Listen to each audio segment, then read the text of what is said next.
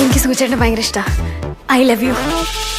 അനശ്വര രാജനും സജിൻ ഗോപുവും പ്രധാന കഥാപാത്രങ്ങളെ അവതരിപ്പിക്കുന്ന ചിത്രമാണ് പൈങ്കിളി. ചിത്രം തിയേറ്ററുകളിലേക്ക് എത്തിക്കഴിഞ്ഞു. സാധാരണമായ ഒരു ഗ്രാമവും അവിടുത്തെ തീർത്തും സാധാരണക്കാരായ കുടുംബാംഗങ്ങളും ചേർന്ന് 2.25 മണിക്കൂറിലേറെ പ്രേക്ഷകരെ രസിപ്പിക്കുകയും ആസ്വദിപ്പിക്കുകയും ചെയ്യുന്ന കാഴ്ചയാണ് തിയേറ്ററിൽ നമ്മൾ കാണുന്നത്.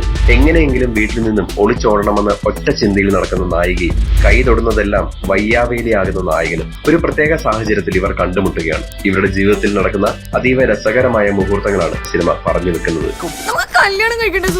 പറയത്തക്ക പണിയൊന്നുമില്ലാത്ത സ്വന്തം വീടിന് ഗുണമില്ലെങ്കിലും നാട്ടുകാർക്ക് ഗുണമുള്ള സുഗു സുജിത് കുമാർ എന്ന കഥാപാത്രത്തിനെയാണ് സജിൻ ഗോപു അവതരിപ്പിക്കുന്നത്. ഫേസ്ബുക്കിൽ പൈങ്കിളി സാഹിത്യമൊക്കെ എഴുതി തട്ടിമുട്ടി ജീവിക്കുന്നതിനിടയിൽ സുഗു ഒരു യാത്രയ്ക്ക് ഇറങ്ങുകയാണ്. ഊഹിച്ചതുപോലെ തന്നെ യാത്രക്കിടയിൽ നല്ലൊരു പണി കിട്ടുന്നു. പിറകെ വീണ്ടും വീണ്ടും പണികൾ അയാളെ തേടിയെത്തിക്കൊണ്ടേയിരിക്കുന്നു. അതിനിടയിലാണ് മറ്റൊരു തലവേദനയായി ഷീബ എന്ന കഥാപാത്രത്തിന് എൻട്രി. ശേഷം കാര്യങ്ങൾ പറഞ്ഞാൽ സ്പോയിലറായി പോകും, അതുകൊണ്ട് കണ്ടാസ്വദിക്കുക.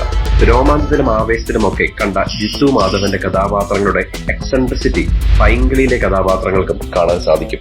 അത് നന്നായി തന്നെ ബാലൻസ് ചെയ്യുന്നതിൽ ജിത്തു മാധവനും സംവിധായകൻ ശ്രീജിത്ത് ബാബുവും അഭിനേതാക്കളും വിജയിക്കുകയും ചെയ്തിട്ടുണ്ട്.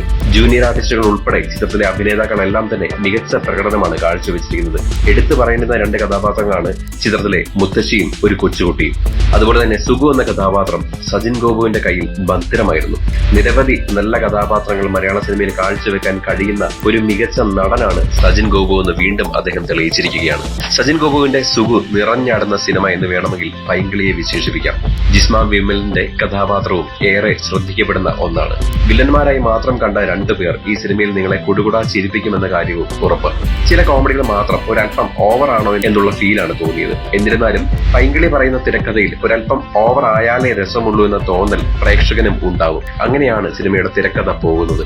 സമീപകാല ചിത്രങ്ങളിലെ പോലെ തന്നെ അനശ്വര രാജനും നിരാശയാക്കിയിട്ടില്ല. അനശ്വര എന്നാൽ മിനിമം ഗ്യാരണ്ടി എന്ന തലത്തിലേക്ക് എത്തിയെന്ന് തന്നെ തോന്നിപ്പോകും. ചന്തു സലീം കുമാർ, റോഷൻ ഷാനവാസ്, ജിസ്മ ജിജി, അബു സലീം, അമ്പിളി എന്നിവരുടെ പ്രകടനങ്ങളും എടുത്തു പറയേണ്ടുന്നതാണ്. ഡയറക്ടറും ആർട്ട് ഡയറക്ടറും ഛായാഗ്രാഹകനും ഉൾപ്പെടെ ചിത്രത്തിന്റെ അണിയറ പ്രവർത്തകരെല്ലാം പ്രത്യേക കയ്യടികൾ അർഹിക്കുന്നുമുണ്ട്. എല്ലാം മറന്ന് പൊട്ടിച്ചിരിക്കാനും ആഘോഷിക്കാനും ഇഷ്ടപ്പെടുന്ന ആളാണ് നിങ്ങളെങ്കിൽ കണ്ണടച്ച് ടിക്കറ്റ് എടുക്കാം. പൈങ്കിളി തൊട്ടടുത്ത തിയേറ്ററുകളിൽ നിറഞ്ഞോടുന്നു. സുഗുന് പ്രാന്തില്ല. കൂടുതൽ സിനിമാ വാർത്തകൾക്കും വിശേഷങ്ങൾക്കുമായി ഇപ്പോൾ തന്നെ സബ്സ്ക്രൈബ് ചെയ്യൂ മൂവി ഡാസിൽസ്.